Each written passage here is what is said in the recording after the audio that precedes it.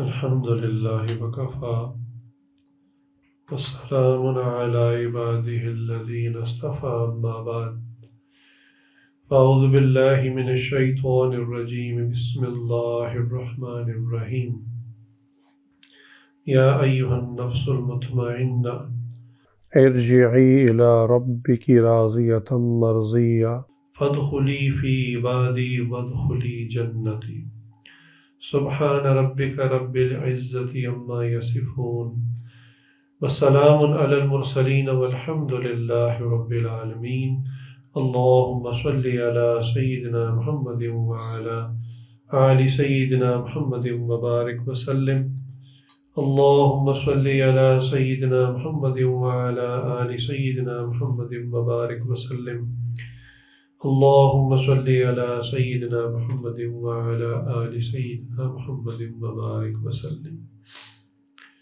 گزشتہ 2 مجالس سے ہم نے ایک مضمون شروع کیا ہوا ہے جس کا عنوان ہے دوست اور دشمن، یعنی مکمل عنوان یوں ہوگا کہ دوست اور دشمن کی پہچان۔ عجیب معرفت کا نقطہ ہے کہ اردو کے اندر لفظ دشمن میں بھی 4 حروف ہیں اور لفظ دوست میں بھی 4 حروف ہیں، اور یہ دونوں دال سے شروع ہوتے ہیں۔ اس میں ایک معرفت کا لطیف سا ایک نقطہ ہے کہ اس دنیا میں دوست اور دشمن دیکھنے میں ایک جیسے ہی ہوتے ہیں اور ان کی پہچان مشکل ہوتی ہے، لیکن حقیقت میں جو اس کی سمجھ بوجھ پا گیا کہ کون میرا حقیقت میں دوست ہے اور کون دشمن ہے، تو یقین جانیے کہ اس کے کافی حد تک معاملات جو مخلوق کے ساتھ ہیں وہ درست ہو جاتے ہیں۔ رسول کریم صلی اللہ علیہ وآلہ وسلم کا مبارک اخلاق دیکھیے، حیران ہوتے ہیں، یعنی اخلاق کا ہر پہلو جب ہم پتہ چلتا ہے ہم حیران ہوتے ہیں کہ آپ صلی اللہ علیہ وسلم کی مبارک مجلس میں منافقین آ کے بیٹھا کرتے تھے، ٹھیک ہے، اور رسول اللہ صلی اللہ علیہ وسلم کو پہچان ہوتی تھی یہ منافق ہے، لیکن نمبر 1 اپنی مجلس سے اس کو اٹھاتے نہیں تھے، نمبر 2 اس کے منہ پہ نہیں کہتے تھے کہ تو منافق ہے، نمبر 3 چہرے پہ ہمیشہ ایک مسکراہٹ ہوتی تھی ہر ایک کے لیے، چاہے وہ اہل ایمان میں سے ہو یا منافقین میں سے ہو۔ اس سے ہمیں ایک بہت بڑا اور گہرا سبق ملتا ہے، وہ یہ کہ ہم عام طور پہ جس کے ساتھ مخالفت یا دل میں کوئی رنجش رکھتے ہیں نا، تو ہم اس کے ساتھ ظاہر میں بھی معاملات ایسے شروع کر دیتے ہیں کہ وہ یعنی نظر آ جائے تو ہمارے چہرے کے آثار بدل جاتے ہیں، ماتھے پر بال آ جاتے ہیں، تیوریاں چڑھ جاتی ہیں، اور اس سے بات کرتے ہوئے ہمارے لہجے میں ترشی آ جاتی ہے، یعنی سختی آ جاتی ہے، الفاظ سخت بھی ہو جاتے ہیں، لہجہ بھی سخت ہو جاتا ہے، اور وہ کوئی درست بات بھی کرے تو ہم آگے سے اس کو ریجیکٹ کر دیتے ہیں، اس کی ہر بات کو۔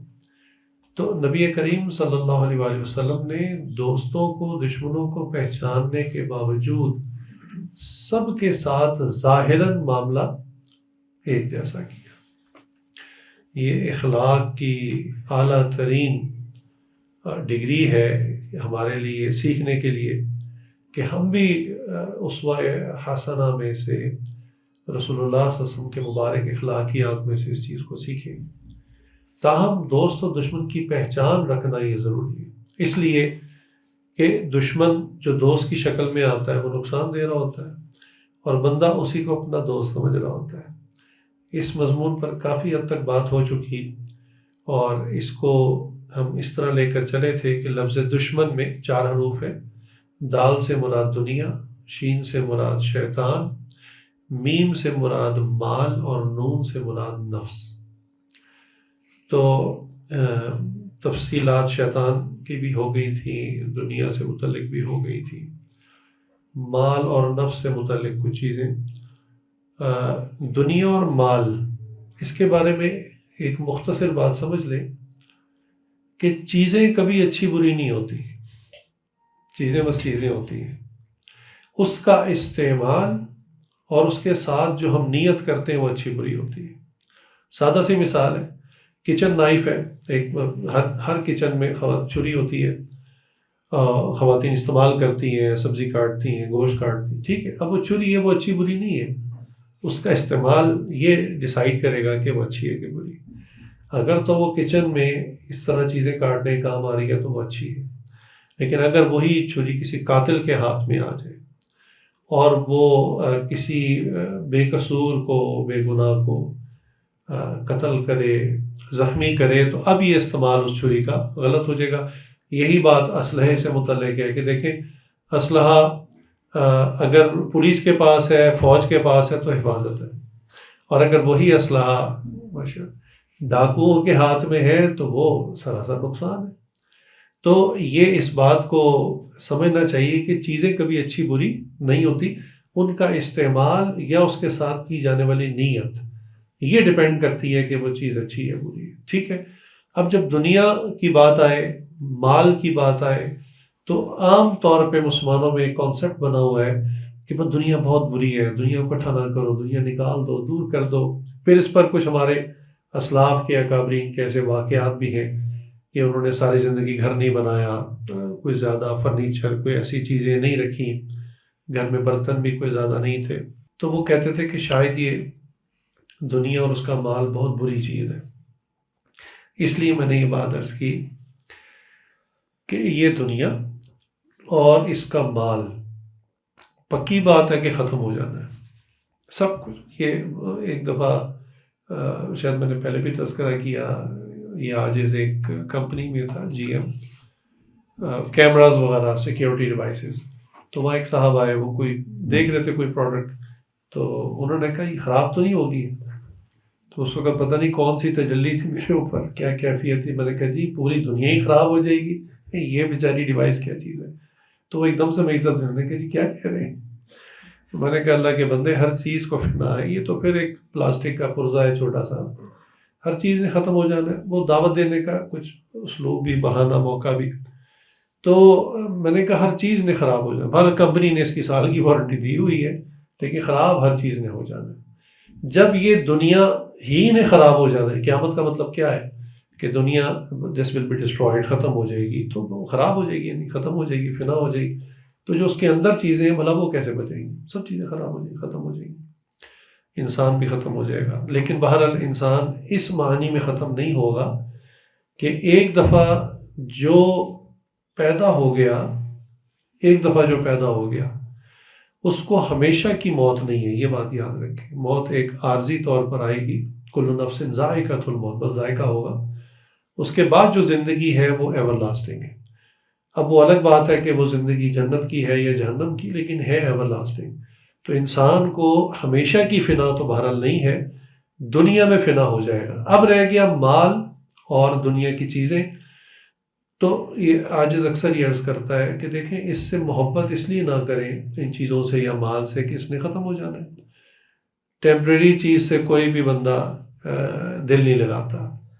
آپ یقین جانیں کہ یہ عمرے پر، حج پر لوگ جاتے ہیں، اچھا وہاں چونکہ انہوں نے اب سارا ہی انفراسٹرکچر چینج کر دیا ہے، تو حرم مکہ میں بھی، حرم مدینہ میں بھی آپ کو اب 2 اسٹار یا 3 اسٹار ہوٹل نہیں ملتا قریب، وہ سارے ہی آلموسٹ 5 اسٹار ہیں، ٹھیک ہے۔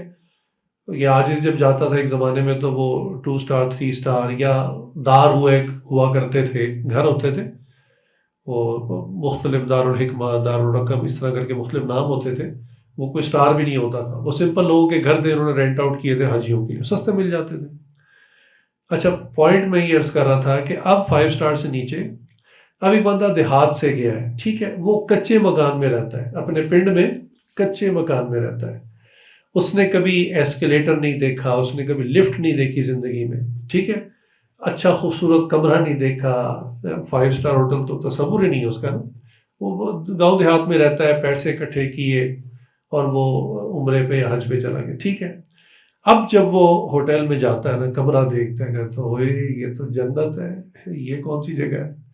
اس کے باوجود اس کا وہاں دل نہیں لگتا. کیوں؟ اس کو پتا ہے میں نے 5 دن بعد، 7 دن بعد، 10 دن بعد اس کو چھوڑ دینا. حالانکہ اس کا اپنا مکان کچا ہے، سہولیات بھی بہت کم ہے، لیکن پھر بھی اس کا دل نا بہرحال عبادات کے بعد واپسی کی طرف ہی لگا ہوتا ہے. تو جتنے ہیں نا عاشق اب تو بلا لو مدینے والے 15 دن بعد وہ ٹریول ایجنسی کی لائنوں میں لگے ہوتے ہیں کہ جلدی کرو واپسی کی ٹکٹ، خرچہ ختم ہو گیا ہمارے پاس. تو بہرحال واپس تو آنا ہی ہوتا ہے.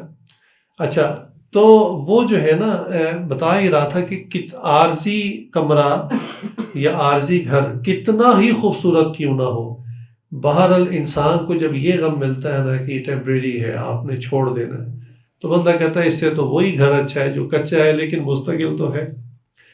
اسی طرح یہ دنیا چونکہ عارضی ہے، ٹیمپریری ہے، اس نے ختم ہو جانا ہے. اس لیے دنیا کی چیزوں کو زیادہ اکٹھا کرنے کی ضرورت نہیں، اس سے دل لگانے کی ضرورت نہیں. ہاں اب ہے لفظ ضرورت. ضرورت لفظ بنا ہے ضرر سے. ضرر کہتے ہیں تکلیف کو، کہ ایک چیز کی آپ کو نیڈ ہے اور وہ آپ کے پاس نہیں ہے، اب آپ کو تکلیف ہو رہی ہے، وہ اس کو لے لیں. اتنی سی بات ہے. یہی دنیا کی حقیقت ہے. مثلا آپ فرش پہ نہیں سو سکتے کہ فرش کی سختی ہے یا ٹھنڈ ہے، تو آپ کہتے ہیں میرے پاس کوئی میٹرس، کوئی گدا ہونا چاہیے. آپ وہ لے لیں، وہ دنیا کی چھوٹی سی چیز ہے، مال سے اس کو خرید لیں. آپ کی نیند تھکاوٹ پوری ہو جائے گی، آپ تہجد میں بھی آرام سے اٹھ جائیں گے، فجر میں بھی اٹھ جائیں گے، اور اپنے کوئی جاب وغیرہ کوئی بزنس وہ بھی کر لیں گے. اب رات سو نہ سکے آپ تو نہ صبح اٹھا عبادت کے لیے جائے گا، نہ دنیا کے کسی کام کے لیے اٹھا جائے گا. ایک سادہ سی بات، آپ کو بھوک لگتی ہے، ہر ایک کو لگتی ہے، تو کھانے کا کچھ بندوبست بھی بندہ کر لیتا ہے. ٹھیک ہے نا؟ اب یہ تو نہیں کہ اس کے پیچھے ہی پڑ جائے اور وہ یوٹیوب سے جناب نئی نئی مینیوز تلاش کر کر کے اور نت نئے اسٹائل سے کھانے بنا بنا کے، پھر اس کی ڈیکوریشن پہ الگ محنت ہوتی ہے. اور اس کو جب پیٹ بھرنا مقصد تھا تاکہ کمر سیدھی ہو جائے، آپ کچھ اللہ اللہ بھی کر لیں اور کچھ دنیا بھی کما لیں اپنی ضرورت کے لیے یا بیوی بچوں کے لیے. یہ دنیا کی حقیقت ہے. اس کی بہترین مثال ہمارے شیخ نے یہ دی. وہ فرماتے ہیں کہ دیکھو کشتی جو ہے یہ پانی پر چلتی ہے، کشتی خشکی پہ نہیں چلتی، پانی پہ چلتی ہے. تو کشتی کا پانی کے ساتھ اتنا اسٹرانگ بانڈ ہوتا ہے کہ جب پہلی مرتبہ شپ یا بوٹ کو بناتے ہیں نا، تو بنتی تو وہ خشکی پہ، لیکن اس کے بعد جب اس کو پانی میں اتارتے ہیں نا، پھر اس کو پانی سے صرف تب نکالتے ہیں جب وہ خراب ہو جاتی ہے، گل جاتی ہے، وہ اس کی لائف پوری ہو جاتی، تب نکال. اس سے پہلے کشتی کو پانی سے نہیں نکالتے. یعنی کشتی ساری زندگی اپنی پوری لائف میں پانی پر رہتی ہے. تو پانی کے ساتھ اس کا اتنا مضبوط جوڑ ہے. لیکن اگر کشتی یوں پانی سے محبت شروع کر دے کہ پانی میرے نیچے، میں اس کو اپنے اندر سمیٹ لیتی ہوں، اور کشتی پانی کو اپنے اندر سمیٹ لے، تو کیا ہوگا؟ کشتی ڈوب جائے گی، تہہ میں چلی جائے گی، اور جو اس کا پرپس تھا وہ ختم ہو جائے گا. بس ہمارے مشائخ نے فرمایا یہ جو دل کی کشتی ہے نا، یہ دنیا کے ساتھ ساری زندگی نتھی رہے، کیونکہ ضروریات اس سے جڑی ہوئی ہیں، اس کے ساتھ اٹیچ رہے، مگر اس کو نیچے رکھے. دل کی کشتی کے اندر پانی نہیں آنا چاہیے. دل کی کشتی کے اگر اندر دنیا کا پانی یا دنیا کی محبت اور مال کی محبت آ گئی، اور انسان نے کہنا شروع کر دیا کہ یار اب کچھ 4 پیسے ہو گئے تو چلو کسی طرح 8 ہو جائے، یہ 8 جو ہے یہ 16 ہو جائے، اور بس کوئی مقصد نہ ہو، بس بڑھاتے جائے، بینک بیلنس بڑھتا جا رہا ہے، یہ دیکھ دیکھ کے خوش ہو رہا ہے اپنی اسٹیٹمنٹ کے، اب اتنا پیسہ ہو گیا، اب اتنا پیسہ ہو گیا. یہ مقصود نہیں ہے. آپ جتنا بھی پیسہ بنا لیں بالآخر چھوڑ کے چلے جانا ہے. تو کہ دل کی کشتی دنیا کے مال، پیسے اور چیزوں کے اوپر رہے، نیچے اس کو اپنے اندر نہ سمیٹے، ورنہ دل کی کشتی ڈوب جائے گی اور پھر نقصان ہو جائے گا. اور یہی وجہ ہے کہ جو یعنی اللہ اللہ کرنے والے ہیں، اللہ کو ماننے والے، اللہ کو چاہنے والے، وہ ضرورت کی حد تک دنیا کے ساتھ ان ٹچ رہتے ہیں بس. اسی لیے جیسی زکوٰۃ کا حکم آتا ہے فوراً مسئلہ ہی کوئی نہیں ہوتا. بھائی دل میں ہوگی محبت تو پھر تنگ ہوں گے نا. وہ تو انتظار کر رہے ہوتے ہیں، وہ تاریخ میری آنے والی ہے، سال پورا ہونے والا ہے، تو میں نے نکالنا ہے. تو ان کو صرف یہ تھوڑی سی ذہنی پریشانی ہوتی ہے کیلکولیشن میں کہ میری بنتی کتنی ہے، بس اس سے زیادہ پریشانی نہیں ہوتی کہ اب یہ مال مجھ سے الگ ہو رہا ہے. وہ ویسے ہی صدقہ خیرات کرتے رہتے ہیں.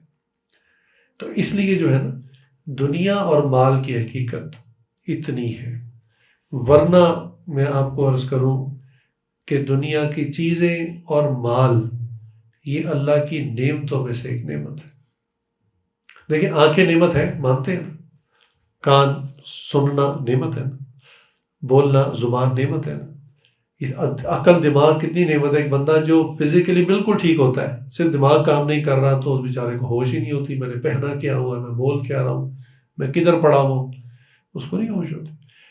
تو یہ سب نعمتیں ہیں نا۔ اسی طرح دنیا کی چیزیں ضرورت کی حد تک اور مال ضرورت کی حد تک یہ اللہ کی نعمت ہے۔ آپ مال سے ہی صدقہ کرتے ہیں، مال سے ہی خیرات دیتے ہیں، مال سے ہی زکوٰۃ دیتے ہیں، مال سے ہی حج کرتے ہیں، مال سے ہی عمرہ کرتے ہیں، مال سے ہی غریب کی کسی کی مدد کرتے ہیں، کسی بیوہ کی مدد کرتے ہیں، اس کی بچی کی مطلب امداد وغیرہ کرتے ہیں۔ یہ سب اپنے گھر میں بہترین صدقہ اپنے اہل و عیال پہ خرچ کرتا ہے۔ تو مال ہوگا تو پھر نا، تو یہ اس لیے اس کو میں نے پہلے کہا پسند نہیں کیا گیا۔ یہ جو بعض صحابہ پہ احوال تھے فقر و فاقہ کے، یہ ان کے اختیاری عمل تھا، یعنی ان کا یہ ایسا نہیں تھا کہ اللہ کی طرف سے، وہ پسند نہیں کرتے تھے۔ مال آتا بہت تھا، فوراً خرچ کرتے تھے، اپنے پاس رکھتے نہیں تھے۔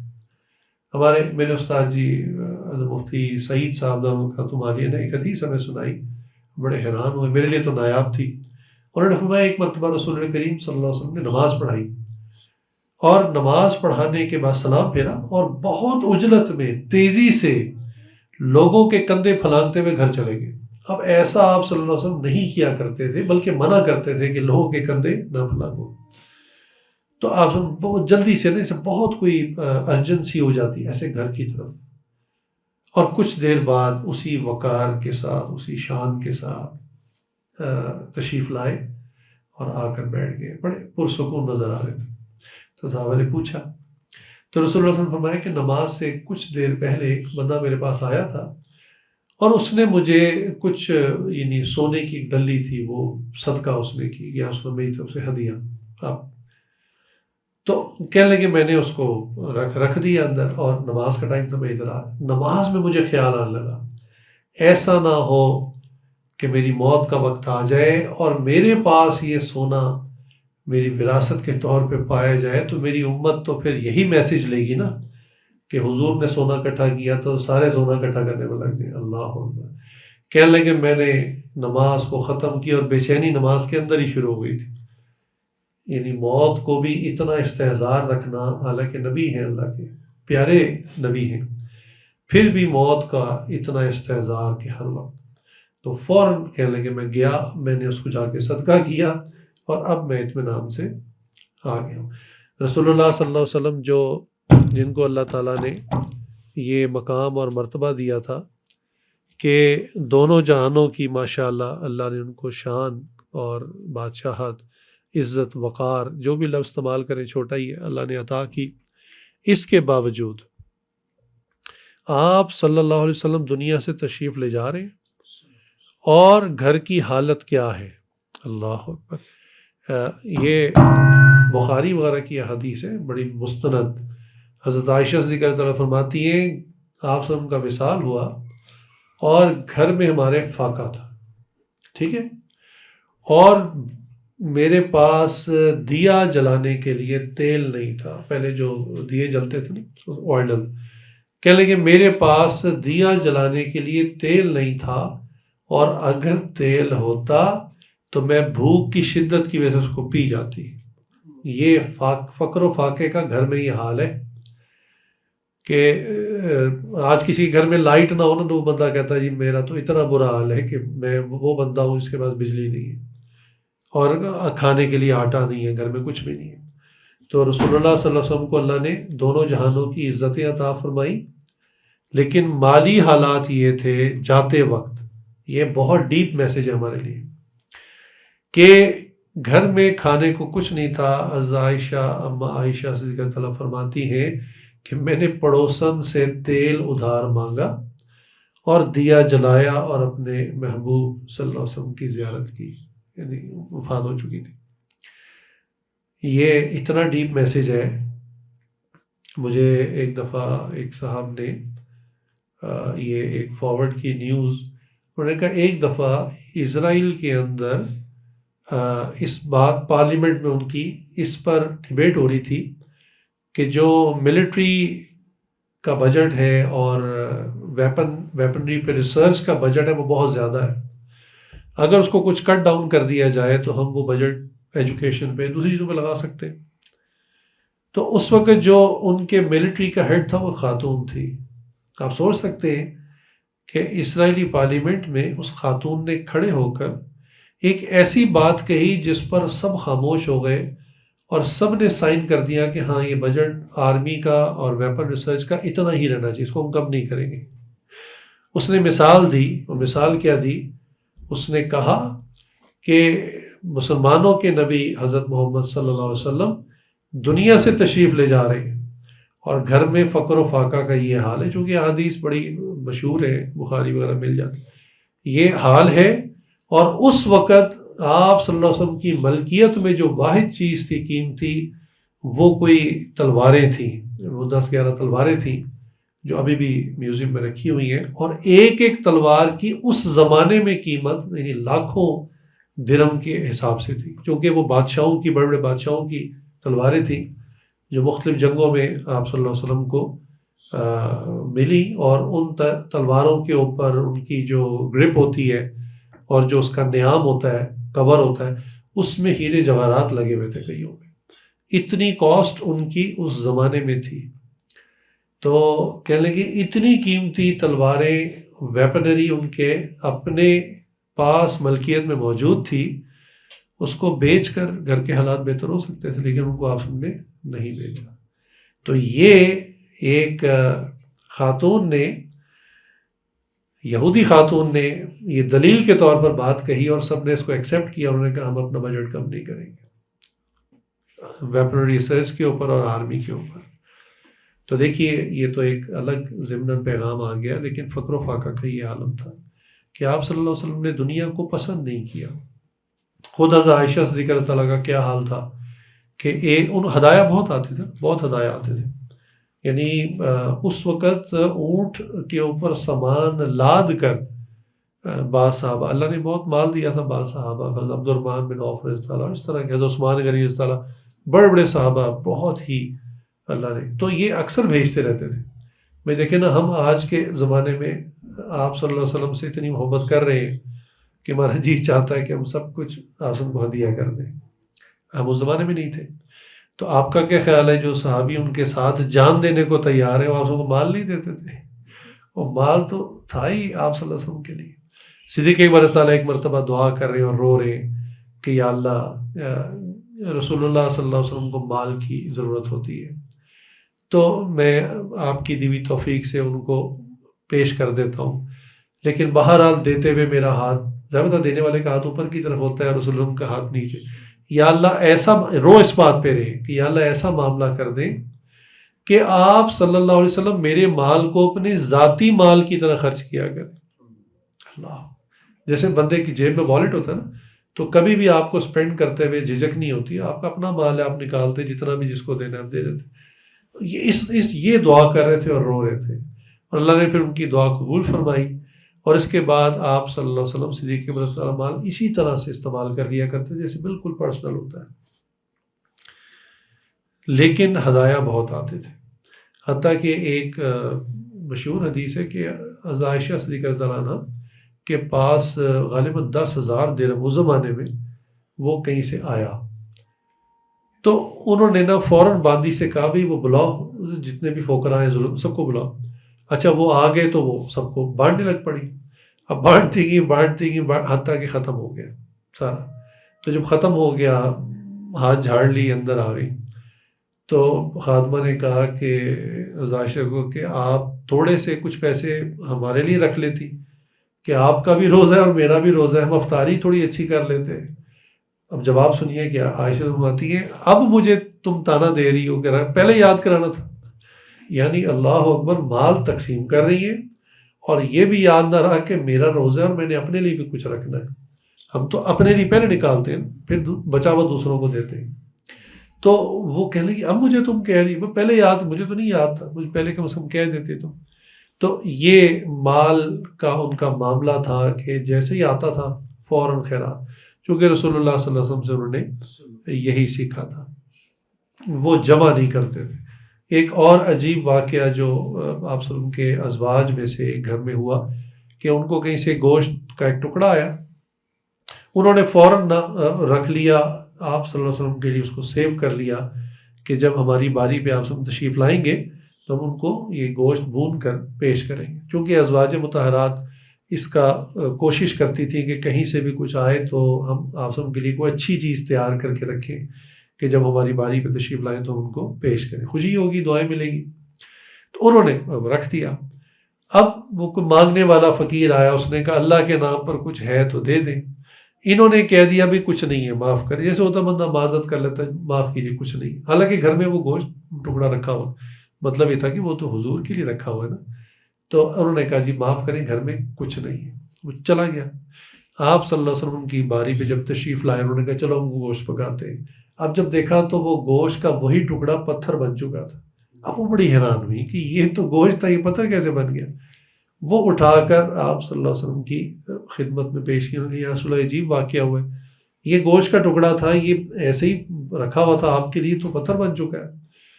تو آپ صلی اللہ علیہ وسلم کی نگاہ اور معرفت فرمائے کہ کیا واقعہ ہوا تھا؟ کہنے لگے بس یہ گوشت آیا تھا، ہم نے آپ کی نیت سے رکھ لیا تھا، پھر اسی شام فقیر آیا تھا، اس نے کہا تھا اللہ کے نام پہ کچھ ہے، ہم نے کہا کچھ نہیں ہے تو میں اللہ نے کچھ نہیں کر دیا، یعنی آپ نے جو کہا تھا کچھ نہیں ہے تو پھر اللہ نے کہا کچھ نہیں ہے۔ تو یہ خیر آپ صلی اللہ علیہ وسلم کی یعنی حیات میں یہ مختلف جو معجزات ہوئے اور چیزیں، تو یہ آپ کے گھر والوں کے لیے اللہ نے ایک میسیج، ایک لطیف اصلاح کا طریقہ یہ رکھا۔ تو وہ رکھتے نہیں تھے مال کو نا، فوراً خرچ کر دیتے تھے۔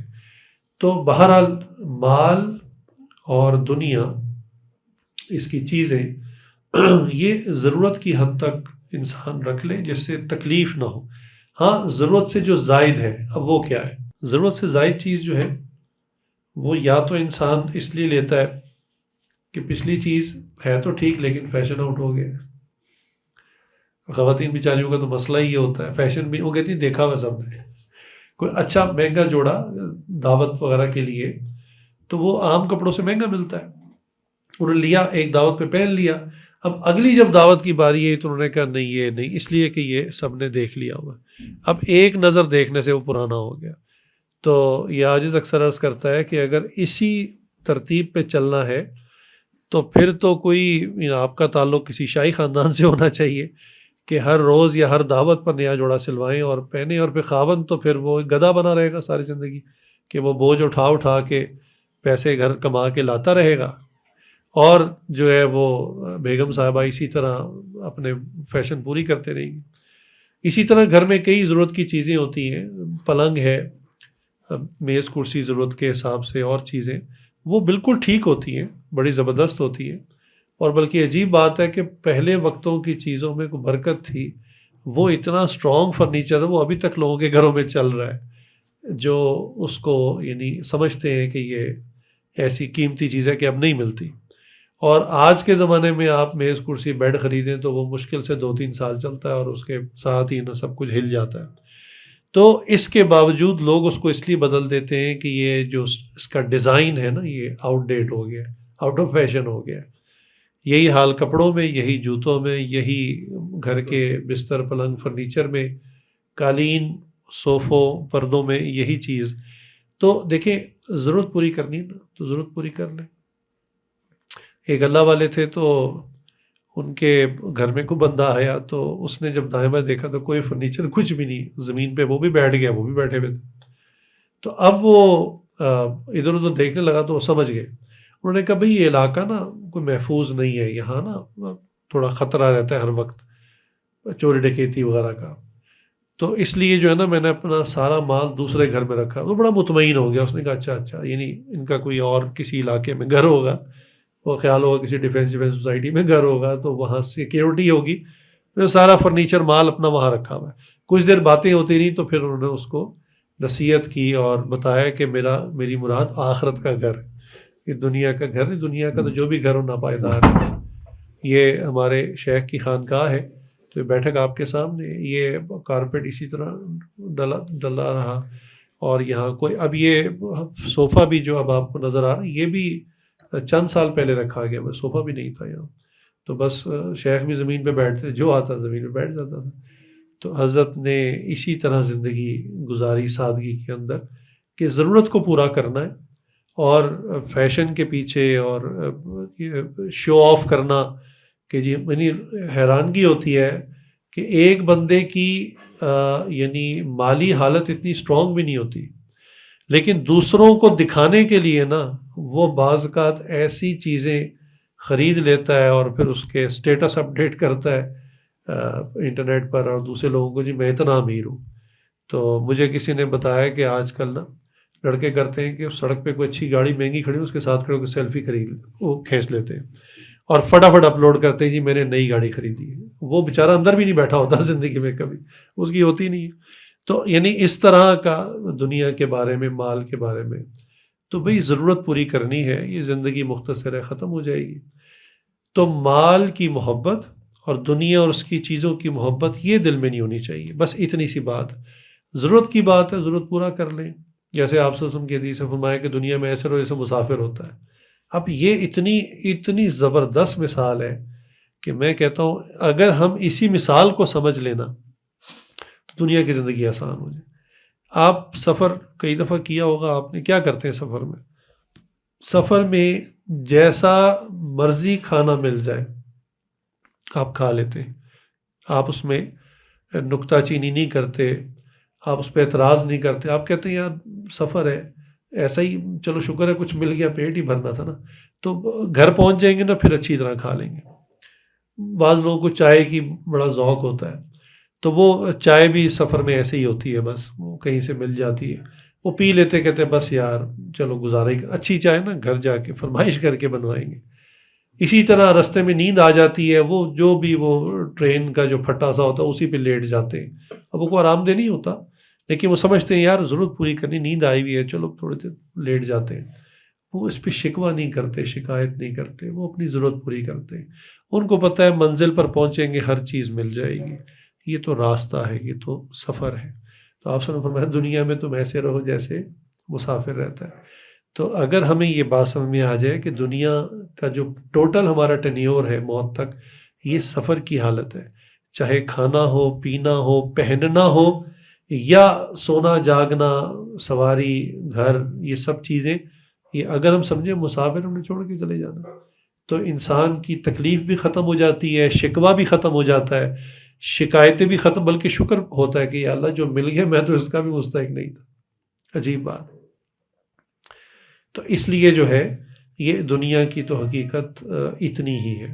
مال ایک ضرورت کی چیز ہے، ضرورت کے اعتبار سے اپنی ضرورت کے مطابق جتنا. ہمارے اسلاف یہ کیا کرتے تھے کہ ان کی جب انکم بڑھتی، آمدن بڑھ جاتی، چاہے بزنس ہوتا یا ملازمت ہوتی، ان کو اس سے کوئی خوشی یا وہ نہیں ہوتا تھا. وہ کہتے تھے ہماری ضرورت تو وہی 2 روٹی ہے، ہم نے تو وہی کھانی. بلکہ وہ کہتے تھے ہماری ذہنی ٹینشن اس لیے بڑھ گئی کہ پہلے جو اضافی پیسے ہم غربا میں تقسیم کرتے تھے اب وہ زیادہ ہو گئے، ہمیں زیادہ غریب تلاش کرنے پڑیں گے، کیونکہ یہ امانت ہے ان تک پہنچانی ہے. اب کیا کریں، اب زیادہ لوگوں کو تلاش کرنا ہے. تو ان کے لیے تو یہ چیز بڑھ جاتی ہے، نہ کہ وہ خوشی ہوتی ہے کہ لو جی مال اور بڑھ گیا.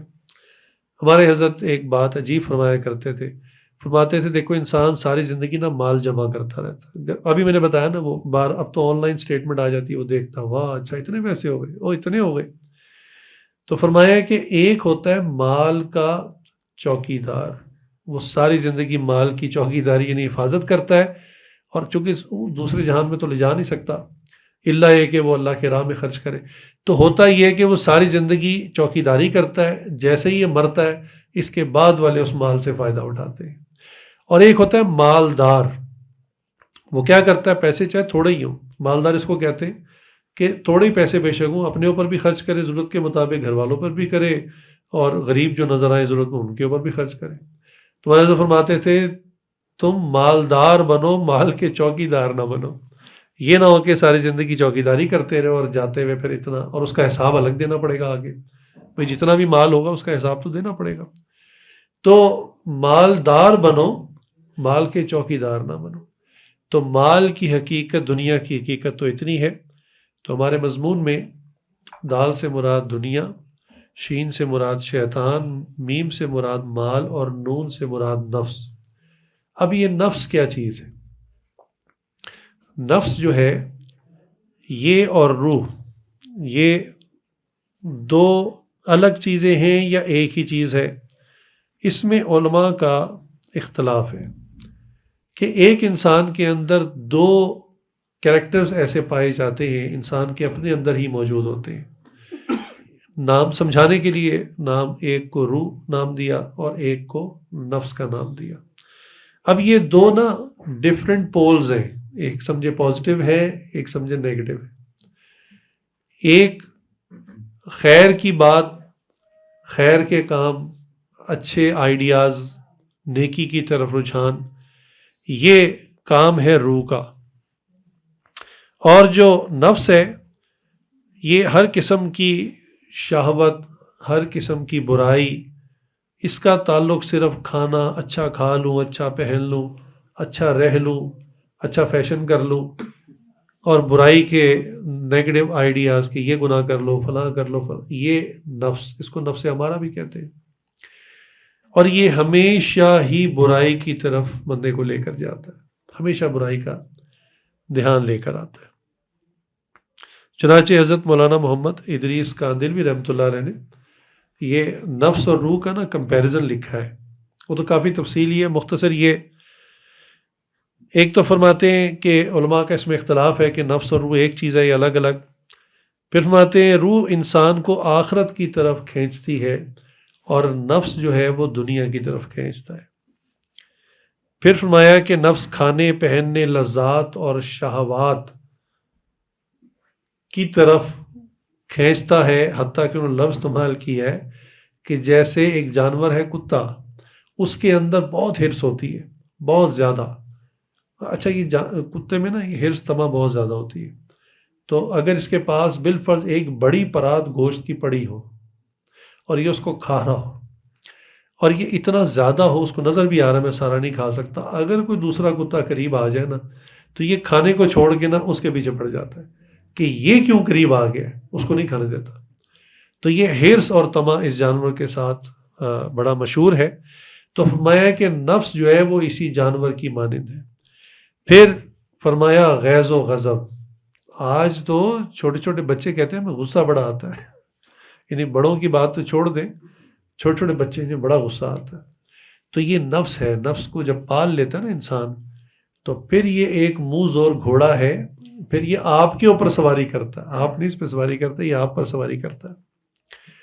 تو یہ جو غصہ ہے یہ نفس امارہ کی وجہ سے ہوتا ہے۔ جس کا نفس امارہ جتنا اسٹرانگ ہوگا اتنا ہی اس کے لیے غصے کو کنٹرول کرنا مشکل ہوگا، یوں سمجھ لیں۔ تو اپنے نفس کو زیر کیا جاتا ہے، اس کو زبر نہ ہونے دیں، زیر کریں، اس کو ڈاؤن کریں۔ اب یہ کیسے ہوگا، یہ بالکل انٹائرلی ایک الگ مضمون ہے۔ بہرحال اس میں انسان اب بعض چیزوں میں اصلاح اپنی خود نہیں کر سکتا، کیونکہ بعض چیزیں عقلی نہیں ہوتی کہ آپ نے اس کو عقلی طور پہ سمجھ لیا اور آج سے عمل شروع کر دیں گے، ایسا نہیں ہوتا۔ یہ کسی دوسرے کے آپ کو اپنے آپ کو پیش کرنا پڑتا ہے، سرنڈر کرنا پڑتا ہے، وہ آپ کو بتاتا ہے کہ بھئی یہ آپ کا مرض ہے، یہ آپ کی، اور بعض کا نہیں بتاتا لیکن وہ ریمیڈی جو میڈیسن ہوتی ہے وہ دینی شروع کر دیتا ہے۔ تو وقت کے ساتھ آہستہ آہستہ آہستہ الحمدللہ وہ چیز بہتر ہو جاتی ہے۔ تو فرماتے ہیں کہ نفس جو ہے نا مکر و فریب میں شیطان کا دوسرا بھائی ہے۔ ایک اور بڑی اچھی اس کی تعویل ہے کہ شیطان جو ہے نا یہ انسان پر جب آ کر اٹیک کرتا ہے، حملہ کرتا ہے، تو کہاں پہ حملہ کرتا ہے؟ سوچنے کی بات ہے، ہماری باڈی میں کس جگہ پہ آتا ہے؟ گھٹنے پر حملہ کرتا ہے، کونی پر حملہ کرتا ہے، کان پہ حملہ کرتا ہے، کہاں حملہ کرتا ہے؟ جیسے ایک ہیلی کاپٹر ہوتا ہے نا تو وہ اپنے ایک پیڈ پہ اترتا ہے، ہمیشہ ہیلی پیڈ اسے کہتے ہیں، ہمیشہ وہیں پہ اترتا ہے، وہ چاہے بلڈنگ پہ ہو یا کسی جگہ پہ، اس کے علاوہ عام طور پہ اس کو نہیں اتارتے۔ اسی طرح ایئر کرافٹ بھی اپنے لینڈنگ سٹرپ پہ ہی اترتا ہے۔ شیطان جو ہے یہ ہمیشہ حملہ کرتا ہے نفس کے اوپر، یہ اس کو انیشیٹ کر دیتا ہے اور اس کے ساتھ شیک ہینڈ کر کے پھر بندے کو تیار کرتا ہے گناہ کرنے کے لیے۔ اب یہ بھی ایک مکالمہ ہے کہ ہمارا بڑا دشمن شیطان ہے کہ بڑا دشمن نفس ہے؟ دو ہو گئے نا. ایک انٹرنل اینیمی ہے وہ نفس ہے، ایک ایکسٹرنل اینیمی ہے شیطان ہے جو آتا جاتا رہتا ہے، آتا ہے اٹیک کرتا ہے چلا جاتا ہے. تو اب شیطان بڑا دشمن ہے یا نفس بڑا دشمن ہے؟ تو اس کو ہمارے اکابرین نے اسلاف نے یہ فرمایا کہ دیکھو کسی بندے سے آج گناہ ہو جاتا ہے تو وہ کیا کہتا ہے؟ شیطان نے یہ کروا دیا، شیطان نے چوری کروا دی، شیطان نے ڈاکہ ڈلوا دی، شیطان نے قتل کروا دیا، شیطان نے زنا کروا دی، یہی کہتے ہیں. تو فرماتے ہیں کہ ذرا پیچھے چلے جائیں کہ آدم علیہ السلام کے لیے اللہ نے حکم فرمایا تھا اسجدوا لی آدم، کہ جتنی مخلوق تھی آسمان پر فرمایا کہ آدم علیہ السلام کو سجدہ کرے، سب نے سجدہ کیا تھا. تو یہ جو ابلیس ہے اس کو کس نے ترغیب دی تھی کہ تم سجدہ نہ کرنا؟ کیونکہ یہ تو خود شیطان تھا نا. تو شیطان کو کون سے شیطان نے کہا تھا کہ تم سجدہ نہ کرنا؟ وہ اس کا اپنا نفس تھا. تو فرمایا کہ نفس اتنا برا دشمن ہے کہ جس نے ابلیس کو شیطان بنا دیا، یہ اتنا خطرناک دشمن ہے. اس کے نفس نے تو کہا تھا کہ تم آگ سے بنے ہو، تم سپیریئر ہو، اور یہ مٹی سے بنا ہے، یہ انفیریئر ہے، تو تم اس کو کیوں، گھٹیا چیز کو سجدہ کیوں کرو گے بھائی؟ تو یہ نفس ہی تھا نا. اس نفس کی وجہ سے آج ہنستے بھستے گھر اجڑ جاتے ہیں، ہنستے بھستے. صرف انا، میری ایک پریسٹیج ہے جی، میری ایک سیلف رسپیکٹ ہے، مختلف نام رکھے ہوئے ہیں اور اسی میں کنڈی پھنسی ہوئی ہے. حتیٰ کہ میاں بیوی جو اتنے قریب ہوتے ہیں کہ ایک دوسرے کا لباس کہہ دیا شریعت نے، اس سے زیادہ بہترین مثال کیا ہوگی؟ آپ کے سب سے باڈی کی جو کلوزسٹ ہوتا ہے وہ لباس ہوتا ہے آپ کا. اس کے باوجود کوئی آپس میں بات کہہ دی، اب وہ کہتی ہے یہ معافی مانگے، اب وہ کہتا ہے وہ معافی مانگے، اب وہ کہتی ہے مجھے پیرنٹس کے گھر چھوڑا، وہاں جا کے بیٹھی ہوتی انتظار میں کہ آئے گا لینے، معذرت کرے گا، اور وہ بھی کہتا ہے کہ روٹ کے گئی ہے خود ہی آئے گی، میں بھی نہیں جاؤں گا. اور اسی میں اور ٹائم گزرتا ہے، ادھر اس کا بھی شیطان اس کو تیار کرتا ہے طلاق کے لیے، ادھر اس کا بھی شیطان اس کو طلاق کے لیے تیار کرتا ہے. اچھا بھلا گھر بالکل ڈسٹروائے ہو جاتا، تباہ ہو جاتا ہے. جلتی پر تیل ڈالتے ہوئے رشتہ دار قریب والے. مطلب میں نے ایسے جملے سنے، انہوں نے کہا کہ تم کوئی ان پڑھ جاہل اس قسم کی عورت ہو، پڑھی لکھی ہو، ایم اے اسلامیت کیا ہوا ہے، تو رشتے تھوڑے ہیں تمہارے لیے. اب اللہ کے بندے، رشتہ تو ہو چکا ہے، اس کا خاوند ہے، گھر ہے، بچے ہیں اس کے، بجائے اس کو جوڑنے کے الٹا اور اس کو توڑنے کی کوشش کرتے ہیں، اور پھر وہ ٹوٹ بھی جاتا ہے. تو یہ نفس ہوتا ہے جو اڑی کرتا ہے اور جو اس پر قائم ہو جاتا ہے. چنانچہ نفس کے خلاف مجاہدہ کرنا، نفس کے خلاف ریزسٹ کرنا. ریزسٹ کس چیز سے کرنا ہے؟ نفس آپ کو ہمیشہ نیگیٹو سائڈ پہ کھینچے گا، یہ گناہ کر لو، یہ دیکھ لو، وہ کر لو، فلاں کر لو. اور اس کے خلاف بندہ مستقل مجاہدہ یعنی جہاد کر رہا ہوتا ہے. تو اس پر بھی ایک مکالمہ علماء میں چلا کہ افضل الجہاد کیا ہے، سب سے افضل جہاد کیا ہے. چنانچہ اس بارے میں مختلف احادیث ہیں. مثلا بخاری شریف کی حدیث ہے کہ حج مبرور یہ جو ہے یہ افضل الجہاد ہے، بخاری کے اندر آتا ہے، اس کو افضل جہاد کہا گیا. سنن ابی داؤد کی حدیث ہے جس میں فرمایا کہ ظالم حکمران کے سامنے کلمہ حق کہنا یہ افضل جہاد ہے. اور ایک روایت میں آیا کہ جو شخص اللہ کے راہ میں اپنی جان اپنا مال خرچ کرتا ہے تو یہ افضل ترین جہاد ہے. اور جامع ترمذی کے اندر آیا کہ وہ مجاہد تو وہ ہے جو اپنے نفس سے جہاد کرتا ہے. اب یہ جہاد کی مختلف شکلیں ہو گئی، تو افضل جہاد کون سا ہے؟ تو اس کی بڑی لمبی ڈیٹیل ہے، خلاصہ میں عرض کر دیتا ہوں کہ دیکھیں جہاد بالسیف، تلوار کے ساتھ جہاد، ایک تو یہ کبھی کبھی کا موقع ہے، بعض لوگوں کی ساری زندگی میں کبھی یہ موقع نہیں آتا. دوسری بات ہے کہ اگلے کو قتل کرنا مقصود بھی نہیں ہے. دیکھیں نا، اگلا اگر ویسے ہی کلمہ پڑھ لے مسلمان، آپ پھر بھی قتل کر دیں گے اس کو. اس نے جب کلمہ ہی پڑھ لیا، یا جو اور شکلیں ہیں کہ اس نے جزیہ دے دیا یا اور جو چیزیں راستہ دے دیا، تو وہ نیگوسیشن کی جو چیزیں اسلام میں بتائی ہیں اگر وہ ساری اس نے ایکسیپٹ کر لی ہیں تو پھر بھی ماریں گے اسے آپ. بھائی اس کی ضرورت ہی نہیں ہے، مارنا تو آخری درجے کی چیز تھی. کہ وہ اس لیول پہ پہنچ جائے کہ کسی بھی چیز کے لیے تیار نہ ہو، کہیں بھی کوآپریٹ نہ کرے. تو یہ آخری کام ہوتا ہے جو مجبوری کی حالت میں کیا تھا، اس کو پسند بھی نہیں کیا گیا. اور یہ ہوتا بھی کبھی کبھی ہے، جب کہ جہاد فی النفس یہ کتنا ہوتا ہے 24/7 365 ڈیز، سال بھر 24 گھنٹے اس کے ساتھ لڑائی چل رہی ہوتی ہر وقت. دیکھیں نا نوجوان کے لیے کتنا اجر ہے، اسی لیے کہ اس کو ہر وقت شیطانی شیطانی خیالات آ رہے ہیں. اوپر سے یہ کہ اس زمانے میں بد نظری کے مواقع آسان ہو گئے، بہت ایزی ہو گئے. ایک شخص نے توبہ کی، حج میں تھا ہمارے ساتھ، تو اس نے کہا کہ ہم ایک زمانے میں وہ اس قسم کی خاص فلم دیکھتے تھے، بڑا مشکل ہوتا تھا. تو کہنے لگے ہم نا کرائے پر وہ اس کا سارا انسٹرومنٹ لے کر آتے تھے اور کسی دوست کے گھر ہم اکٹھے ہوتے تھے. تو یہ ہوتا بھی مہینوں بعد کوئی موقع تھا، پھر ڈرتے تھے اس کے والد چھاپا نہ مار دیں، اندر نہ آ جائے، کیا دیکھ رہے ہو. تو انہوں نے کہا کہ اتنا مشکل کام تھا یہ. اب تو بچوں کے ہاتھ میں موبائل ہے، ایک کلک پر یہ سب بدتمیزی اور آوارگی اویلیبل ہے. تو کتنا مجاہدہ بڑھ گیا. ٹھیک ہے نا، ایک آگ ہے، اس کو بندہ بجھانے کی کوشش کر رہا ہے، ہاتھ والا آ کے اس پر پٹرول پہ پٹرول پھینکی جا رہا ہے. تو اب آپ کے لیے تو اس کو بجھانا بڑا مشکل ہو جائے گا. تو یہ جو نفس کے خلاف مستقل جہاد ہے، یہ سب سے افضل ہے. ظالم حکمران کے سامنے جانے کا موقع کتنے لوگوں کو ملتا ہے؟ ایک. دوسری بات کہ جہاد بالسیف بھی وہی کرتا ہے کہ جس نے اپنے نفس کو زیر کر لیا ہو. دنیا دار آدمی، 4 گاڑی ہیں، بڑا سا بنگلہ ہے، اچھا بزنس ہے، اس کو آپ کہیں جہاد کے لیے چلو گے، مجھے کیا ضرورت پڑی مرنے کی، میں کیوں جاؤں مرنے کے لیے؟ بھائی تم جاؤ. وہ کیوں کرے گا جہاد؟ اس کے لیے تو دنیا اور اس کا مال اور اس کی لذات ہیں، وہ تو انجوائے کر رہا ہے لائف کو، وہ کیوں جائے گا؟ یہ تو جس نے اپنے نفس کو قابو کیا ہے نا، وہ سمجھے گا اللہ کا حکم آ گیا، اب مجھے جانا ہے. اب دنیا کتنی ہی ہے، مال کتنا ہی ہے، اسباب کتنے ہی ہیں، اب مجھے چھوڑ کے جانا ہے.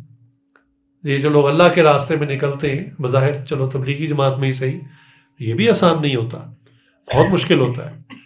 کہ بندہ کہتا ہے میں اپنے گھر میں آرام سے بیٹھا ہوں، مجھے کیا تکلیف ہے جا کے میں بستر بھی اٹھاؤں سر پہ، اور کبھی بسوں میں، کبھی ٹرین میں، کبھی ویگنوں میں، پھر آگے جہاں پہنچوں وہ آگے والے بھی برا بھلا کہہ رہے ہیں تم کہاں سے منہ اٹھا کے آ گئے ہو، مجھے تبلیغ کرنے تم ویلے. اب مجھے یاد ہے میں کراچی ایک دفعہ گیا 40 ڈیز کے اندر، مجھے یاد ہے، تو ہمارے ساتھ وہ جماعت میں مختلف لوگ تھے. تو ایک جگہ گئے نا، ہم نے دروازہ نوک کیا تو جو صاحب باہر آئے، تو اس سے پہلے کہ ہم کچھ کہتے انہوں نے شروع کر دیا. ہم گھر سنتے رہے آرام سے، تو بولتے رہے. پھر انہوں نے ایک جملہ کہا، انہوں نے کہا آپ سب لوگ تو فارغ ہو، ویلے ہو گھروں سے، آپ لوگوں کے گھر کے بجلی کے بل آئے وہ آپ دے ہی نہیں سکتے، تو تنگ آ کے آپ لوگ یہاں نکل آئے ہو ہمیں تنگ کرنے کے لیے. تو میں نے اچھا، وہ جنہوں نے بات کرنی تھی وہ صاحب کچھ اور تھے، وہ اپنا ذکر میں لگے ہوئے تھے. تو میں نے کہا کافی دیر سن لی، تھوڑا سا میں نے کہا جی ایکسکیوز می، تھوڑا سا موقع دیں، میں صرف انٹروڈیوس کروا دوں آپ. میں نے اتنی بھی انگریزی بولے نا تو میری طرف متوجہ ہوئے. تو میں نے کہا یہ ڈاکٹر صاحب ہیں، یہ انجینئر صاحب ہیں، میں خود انجینئر ہوں، یہ فلاں. اتفاق کی جماعت میں تھے ہی ایسے لوگ. اب اس کا منہ کھلا کے کھلا رہ گیا. وہ کہتا ہے یہ آپ لوگ کہاں سے آئے ہو؟ تو کہنے لگے جی وہ پہلے لوگ آئے تھے تو میں نے ان سے بات کی، تو وہ تو کوئی وہ فلاں جھگی میں رہتا تھا، وہ فلاں، تو وہ تو بیچارہ لگتا تھا کہ گھر کا کرایہ نہیں دے سکتے تو تنگ آ کے نکلے. میں نے کہا نہیں ایسی بات نہیں، غلط فہمی ہوئی آپ.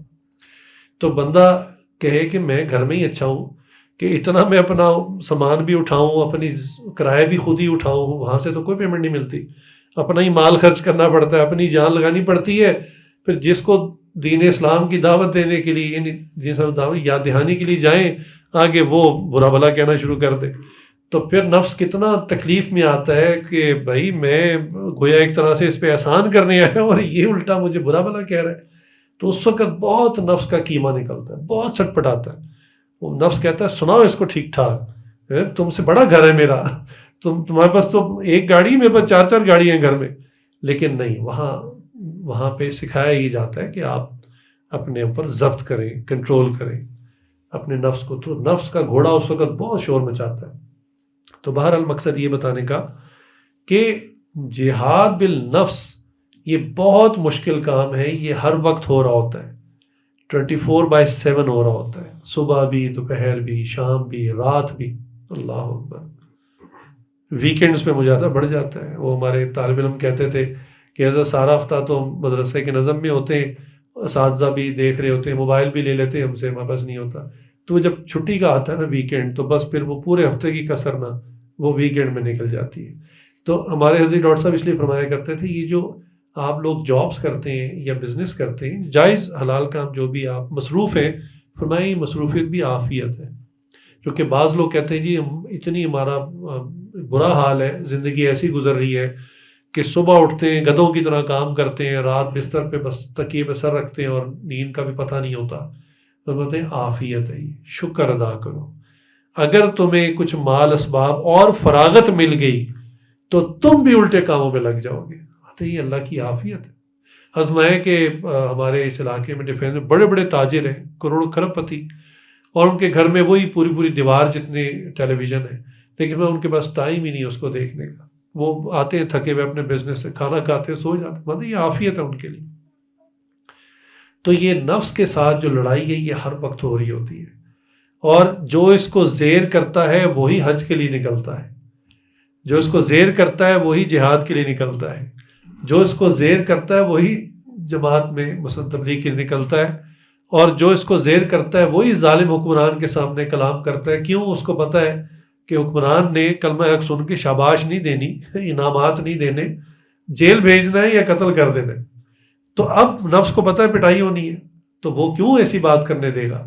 تو جس کا نفس اتنا زیر ہوگا کہ بندہ کہے گا نہیں یہ بات کرنی ہے، کوئی بھی نہیں کر رہا، کم از کم میں ہی کر دوں، کوئی تو اس کو آئینہ دکھانے والا ہو، یہ تو بالکل فرعون بنتا جا رہا ہے بادشاہ، تو کوئی تو ہو اس کو۔ اور ہمارے اکابرین نے، علماء نے جیلیں کاٹی، کئی ہمارے اکابرین کی میت جیل سے نکلی ہے، اللہ اکبر، کلمہ حق کہنے کی وجہ سے جیل بھیج دیا گیا اور ایسی سزائیں ملی، وہاں ٹارچر کیا گیا اور وہیں سے وفات ہو کے جنازہ باہر آ گیا۔ تو یہ تو ہمارے حضرات نے جہاد کیا ہے افضل۔ تو یہ سب اس کی جو بیس ہے، جو فاؤنڈیشن ہے، وہ جہاد بالنفس ہے۔ وہ ایک شعر بار بار مجھے یاد آ رہا ہے، تو یہ غالباً حضرت مجذوب رحمۃ اللہ علیہ کا یا اسی طرح کسی حضرات میں سے، وہ فرماتے ہیں کہ نہ چت کر سکے گر نفس کے پہلواں کو۔ وہ دو پہلوان لڑ رہے ہوتے ہیں نا، تو ایک جب دوسرے کو گرا دیتے ہیں اس کو کہتے ہیں چت کرنا، تو کہتے ہیں نہ چت کر سکے گر نفس کے پہلواں کو، کہ آپ اگر نفس کے پہلوان سے لڑ رہے ہیں اور آپ سے گرایا نہیں جا رہا، نہ چت کر سکے گر نفس کے پہلواں کو، تو یوں ہاتھ پاؤں بھی ڈھیلے نہ ڈالے، کہ یہ نہ ہو کہ وہ آپ کو بار بار اٹھا کے پھینک رہا ہے تو آپ ریزسٹ کرنا ہی چھوڑ دیں، اچھا یار تو ہی گرا لے بار بار مجھے، اٹھا اٹھا کے پٹک رہا ہے ہمیں۔ تو ایسا ہی ہوتا ہے، نوجوان کہتے ہیں بھی وہ موویز بھی دیکھ لیں اور وہ سارے گناہ بھی کر لیں تو کوئی بات نہیں، کیا ہو گیا؟ تو فرمایا کہ نہ چت کر سکے گر نفس کے پہلواں کو، تو یوں ہاتھ پاؤں بھی ڈھیلے نہ ڈالے، یہ کشتی تو ہے عمر بھر کی، کبھی وہ گرا لے کبھی تو گرا لے۔ تو وہ کہتے ہیں کہ یہ چھاٹ پٹاک تو ہوتی رہے گی، کبھی نفس آپ پہ غالب آ جائے گا کبھی آپ، لیکن وہ شاعر نے ترتیب ایسی رکھی کہ کبھی وہ گرا لے پہلے کہا اور کبھی تو گرا لے بعد میں کہا، کہ انشاءاللہ فائنل جو ہے نا فتح وہ آپ ہی کی ہوگی۔ تو اس لیے یہ نفس کے خلاف لڑائی، مجاہدہ، یہ تو ہمارا چلتا ہی رہے گا، اور یہی مقصود بھی ہے کہ ہم اس دنیا میں رہتے ہوئے اپنے نفس کو جو ہے وہ قابو کریں۔ چنانچہ نفس امارہ کا تذکرہ قرآن کریم میں ہے، اور ہمارے حضرت ایک عجیب بات فرماتے تھے کہ یہ جو شیطان ہے نا، شیطان جو آئیڈیا دیتا ہے گناہ کا، مانتے ہیں یہ اس کا مکر و فریب بہت ہی لائٹ ہے، حتیٰ کہ خود قرآن نے اس کو مکڑی کا جالا کہا۔ اب جالا کتنا ہی بڑا ہو ویسے ہاتھ مارے ختم ہو جاتا ہے۔ باتیں ہوتا ہے کہ شیطان ایک آئیڈیا دیتا ہے، بندہ کہتا ہے نہیں یہ کام نہیں کرنا، اندر ہی اندر یہ نہیں کرنا، ختم ہو گیا، وہ اگلی ٹرک دماغ بڑا یہ کر لو، بندہ کہتا ہے یہ بھی نہیں کرنا، وہ تیسرا چوتھا پانچواں وہ آئیڈیاز دیتا رہتا ہے، وہ بڑی اس کے پاس وہ کیبلری بڑی لائبریری ہے اس کے پاس۔ اب آپ ریجیکٹ کرتے رہتے. ٹھیک ہے، اتنا آسان ہے شیطان سے بچنا. اعوذ باللہ من الشیطان الرجیم، اللہ کا نام لے، شیطان رجیم جو ہے نا ویسے ہی ختم ہو جاتا ہے. آپ کسی بھی نیک کام میں لگ جائیں، شیطان کا وسوسہ لے کے فرماتے ہیں نفس کا جو نفس کی جو ڈیمانڈ ہے نا، فرماتے ہیں یہ ضدی بچے کی طرح ہے. جیسے بعض کا ضدی بچہ نا، وہ آپ دیکھا ہوگا، وہ لیٹ جاتا ہے، پاؤں رگڑتا ہے، ایڑیاں مارتا ہے، چیختا ہے، چلاتا ہے. وہ ایک ہی کام کرتا ہے نا، منہ کھول دیتا ہے، آنکھیں بند کر لیتا ہے. وہ سنتا ہی نہیں بڑے کیا کہہ رہے ہیں، بس وہ کہتا ہے میری سنو. تو وہ شاؤٹ کرتا ہے، چیختا چلاتا ہے، وہ ہر چیز وہ کر لیتا ہے، جس سے بالآخر باپ کہتا ہے اچھا یار تیری صحیح، تو جیت گیا. تو میں نفس کا مکر اتنا خطرناک ہوتا ہے. وہ ایک ہی ڈیمانڈ رکھتا ہے لیکن اسی کو ہیمر کرتا رہتا ہے، بس یہ کام کر لو کر لو کر لو کر لو، حتیٰ کہ بندہ مجبور ہو جاتا ہے. تو ہم نے حضرت سے پوچھا کہ حضرت پھر نفس کے مکر سے بچنا کیسے؟ فرماتے ہیں اللہ کا فضل جس پہ ہوتا ہے وہی بچتا ہے. تو اس وقت جو ہے، تو قرآن نے بھی کیا کہا، وما ابرئ النفس ان النفس لامارۃ بالسوء الا ما رحم ربی. کیسی عجیب بات ہے، ان ربی غفور الرحیم. اور میں اپنے طور پر اپنے آپ کو پاک صاف نہیں کہتا ہوں، کیونکہ نفس امارہ یہ نفس کی قسم ہے. ہم نے ابھی جتنا بھی بتایا وہ لفظ نفس کے ساتھ اس کو بتایا. اگر ایک کو میں نے روح کہہ دیا، اگر آپ ایک کو نفس امارہ کہہ دیں تو یہ وہی نیگیٹو والا کریکٹر ہے. اور ایک کو جو ہے جس کو روح کہا، اس کو آپ نفس مطمئنہ کہہ لیں، پازیٹیو کریکٹر ہے. تو نفس امارہ کے بارے میں، اور میں اپنے طور پر اپنے آپ کو پاک صاف نہیں کہتا. کیوں نہیں کہتا؟ کہ نفس امارہ ہمیشہ برائی ہی سکھاتا رہتا ہے، مگر یہ کہ میرا پروردگار رحم کرے گا. الا ما رحم ربی، سوائے اس کے کہ اللہ کی رحمت ہو تبھی بندہ بچ سکتا ہے، ورنہ پھر گناہ ہو جاتا ہے. اور بے شک میرا پروردگار بخشنے والا ہے، رحم کرنے والا ہے.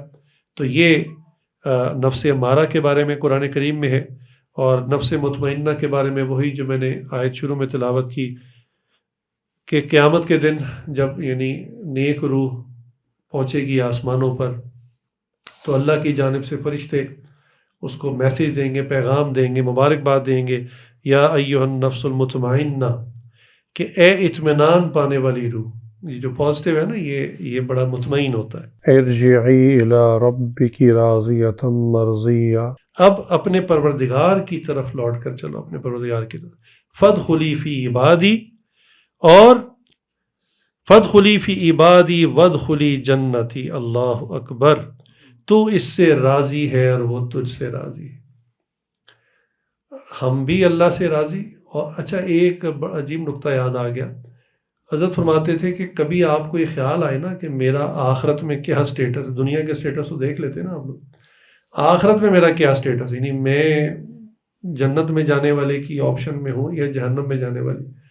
فرماتے ہیں اپنے دل میں تنہائی میں بیٹھ کے اپنے دل سے پوچھیں کیا آپ اللہ سے راضی ہیں. فرماتے ہیں اگر تو آپ اللہ سے راضی ہیں، بس سمجھ لیں اللہ بھی آپ سے راضی ہے.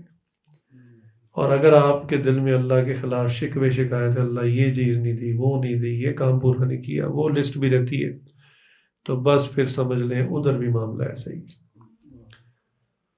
تو یہ فادخلی فی عبادی وادخلی جنتی ارجعی الی ربک راضیۃ مرضیہ. وہ تجھ سے راضی ہے، ایسے رب کی طرف چل، تو اس سے راضی ہے تو میرے بندوں میں شامل ہو جا اور میری جنت میں داخل ہو جا. بعض نے فرمایا مضمون موت کے وقت، یعنی موت کا فرشتہ خوشخبری کے طور پہ سناتا ہے. اور بعض نے کہا جب روحیں وہاں جائیں گی تو وہاں ان کو مبارکباد ویلکم کے طور پہ، جیسے آپ کسی بڑے فنکشن میں جاتے ہیں نا تو آگے کوئی ریسیپشن پہ بندہ ہوتا ہے، وہ آپ کو آتے کہتا ہے خوش آمدید، مبارک ہو، بہت اچھا ہوا آپ لوگ آ گئے، ویلکم ویلکم.